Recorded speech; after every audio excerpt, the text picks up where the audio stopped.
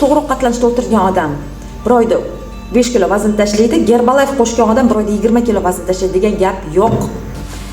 Hamma bir xil vazn tashlashi mumkin. Vazn tashlashimiz bu bizni qilgan harakatlarimiz evaziga bo'ladi. Agar siz erta tongdan turib nonushta qanaqa to'g'ri nonushta qilish kerak e'tibor bergan bo'lsangiz, soatlarga e'tibor bergan bo'lsangiz, suv balansingizga e'tibor bergan bo'lsangiz, kun davomida sarflayotgan kaloriyangizga va kirayotgan kaloriyalarga ahamiyat berayotgan, uyqu rejimlaringizga ahamiyat berayotgan bo'lsangiz, sizda shunga yarasha chiroyli natija bo'ladi. Agar bularga ahamiyat bermasdan, ha, menda Herbalife emas-da, ana Herbalifeli odamlar yaxshi tashlayapti deyotgan bo'lsangiz, xato qilasiz.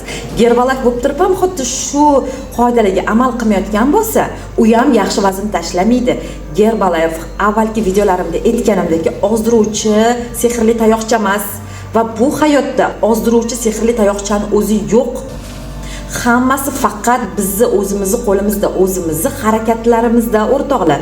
Biza qilayotgan vositalar, to'g'ri ovqatlanish plus Herbalife, jismoniy faolliklar yoki o'sha cheklovlar, dietalar yoki yana qanaqadir даже operatsiya qilish holatlaringiz, bular hammasi vositalar va bu vositalarni qo'lga kiritgandan keyin biz harakatini qilib berishimiz kerak. O'shandagina Alloh bizga natijamizni berar ekan.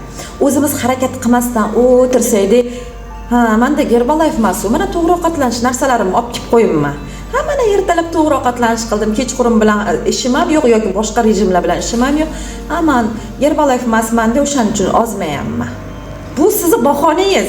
Tan oling, baraka topkur, nimaga yozmayapsiz?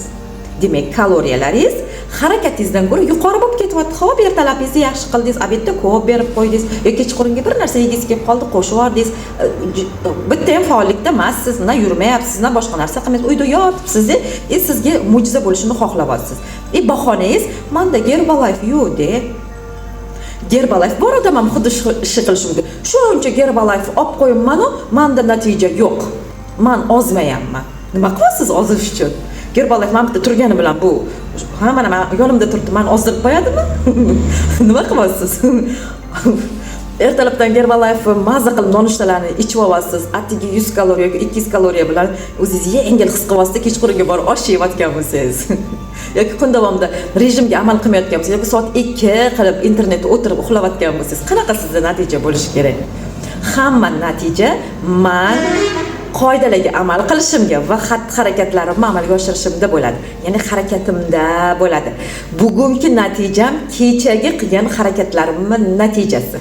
Kechagi qilgan harakatlarim, kechagi qilgan sizning mutaxassisingiz, treneringiz harakatlarining natijasi emas.